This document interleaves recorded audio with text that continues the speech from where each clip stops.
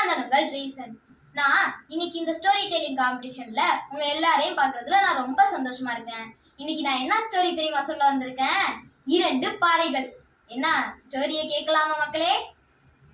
ஒரு பெரிய அடர்ந்த காடு இருந்துச்சு. அந்த காட்டுல 2 பாறைகள் இருந்துச்சு. அந்த 2 பாறைகளும் ரொம்ப நாளா மழையில ஊறி போய் வெயில்ல வாடி போய் இருந்துச்சு. அதுல பாறை சொல்லுச்சு, நம்ம ரொம்ப நாளா இங்கேயே இருக்கிறோமே, எனக்கு ரொம்ப போர் அடிக்குது. நம்மளை யாராச்சும் கூட்டிட்டு போக மாட்டாங்களான்னு எனக்கு ரொம்ப போர் அடிக்குது. எனக்கு இங்க இருக்கவே சுத்தமா பிடிக்கல அப்படின்னு சொல்லுச்சு. ஆனா 2வது பாறை சொல்லுச்சு, எனக்கும் இப்படிதான்ப்பா இருக்குது, எனக்கும் ரொம்ப போர் அடிக்குது. நம்மளை யாராச்சும் கூட்டிட்டு போக மாட்டாங்களா, நானும் தான் இருக்கிறேன். ஆனா யார் கூட்டிட்டு போறா, ரொம்ப நாளா இங்கேயே தான் இருக்கிறோம் அப்படின்னு சொல்லுச்சு.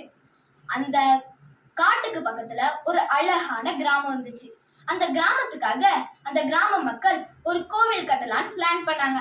கோவில் கட்டணும்னா நிறைய சிலைகள்லாம் தேவைதானே. அந்த சிலைகள்லாம் செய்யறதுக்கு நிறைய சிற்பிகளை வர வச்சாங்க. அந்த சிற்பிகள்லாம் பக்கத்துல இருந்த காட்டுக்கு போய் சிலை செய்யறதுக்காக ஏதாச்சும் பாறைங்க கிடக்குதா அப்படின்னு பார்க்க போனாங்க. அப்படி பார்க்க போகும்போது ஒரு சிற்பி கண்ணுல நம்ம 2 பாறைங்க கண்ணில் பட்டுச்சு. அந்த 2 பாறைங்களை பார்த்துட்டு அந்த ஒரு சிற்பி, எல்லாரும் இங்க பாருங்க, அந்த 2 பாறைங்களை நம்ம ஈவனா வேற இருக்குதா, நம்ம இதை வச்சு சிலை செஞ்சுக்கலாம் அப்படின்னு சொன்னாங்க. அதுக்கப்புறம் அவங்க சொல்லிட்டு, நம்ம நாளைக்கு வந்து எடுத்துட்டு போயிடலாம், ஏன்னா இன்னைக்கு நம்மள்ட்ட தூக்கிட்டும் போக முடியாத வண்டியும் இல்லை, நம்ம நாளைக்கு வண்டியோட வந்து எடுத்துட்டு போய்க்கலாம் அப்படின்னு சொல்லிட்டு அவங்க போயிட்டாங்க. போனதுக்கு அப்புறம் பாறை ரொம்ப சந்தோஷமா சொல்லுச்சு, ஹை ஜாலி ஜாலி, நான் இந்த இடத்த விட்டு போறேன், நம்ம 2 பேரும் இந்த இடத்த விட்டு போறோம், எனக்கு ரொம்ப சந்தோஷமா இருக்கு, ஜாலி ஜாலி அப்படின்னு சொல்லுச்சு. அதுக்கு 2வது பாறை ரொம்ப கோபமா சொல்லுச்சு, அட முட்டா பயலே, அவங்க என்ன உன்னை ஊரை சுத்தியா காமிக்க போறாங்க, அவங்க உன்னை அடிப்பாங்க, உடைப்பாங்க, உளியால வச்சு செதுக்குவாங்கடா, உனக்கு வலிக்காதா? எனக்கு வலிக்கும், உனக்கு வலிக்குமோ வலிக்காதோ, நான் வந்து இங்க இருக்க போறேன், நீனும் இங்கே இரு, நம்ம கொஞ்ச நாள் கழிச்சு வேற யாராச்சும் வந்து நம்மளை கூட்டிட்டு போய்ப்பாங்க, நீ இங்கே இரு அப்படின்னு சொல்லுச்சு. அதுக்கு அடுத்து அந்த பாறை சொல்லுச்சு, இல்ல இல்ல, எனக்கு இதான் கரெக்டான சான்ஸ், என்ன அடிச்சாலும் பரவாயில்ல உடைச்சாலும் பரவாயில்ல, எனக்கு இந்த இடத்த விட்டு போகணும் அவ்வளவுதான் அப்படின்னு சொல்லுச்சு. அதுக்கு 2வது பாறை சொல்லுச்சு, நீ எப்படியோ போ, ஆனா நான் இந்த இடத்த விட்டு வரமாட்டேன், எனக்கு இந்த இடம் தான் பிடிச்சிருக்கு, அங்க போய் என்னால அடியெல்லாம் வாங்கிட்டு இருக்க முடியாது, நீனே போய் அடி வாங்கிக்க, என்ன நாளைக்கு அவங்க வரும்போது நான் இன்னும் ஆழமா போய் உட்காந்துப்பேன், அப்ப அவங்களால என்ன தூக்க முடியாதுல்ல, அதனால நான் இங்கே இருந்துப்பேன் அப்படின்னு சொல்லுச்சு. அடுத்த நாளும் அவங்க வந்து எடுத்துக்கிட்டு போனாங்க. எடுக்கிறதுக்காக லாரி எடுத்துட்டு வந்தாங்க. பாறையை ஈஸியா தூக்கி வச்சுட்டாங்க. ஆனா 2வது பாறையை தூக்குறாங்க தூக்குறாங்க தூக்குறாங்க, தூக்கவே முடியல.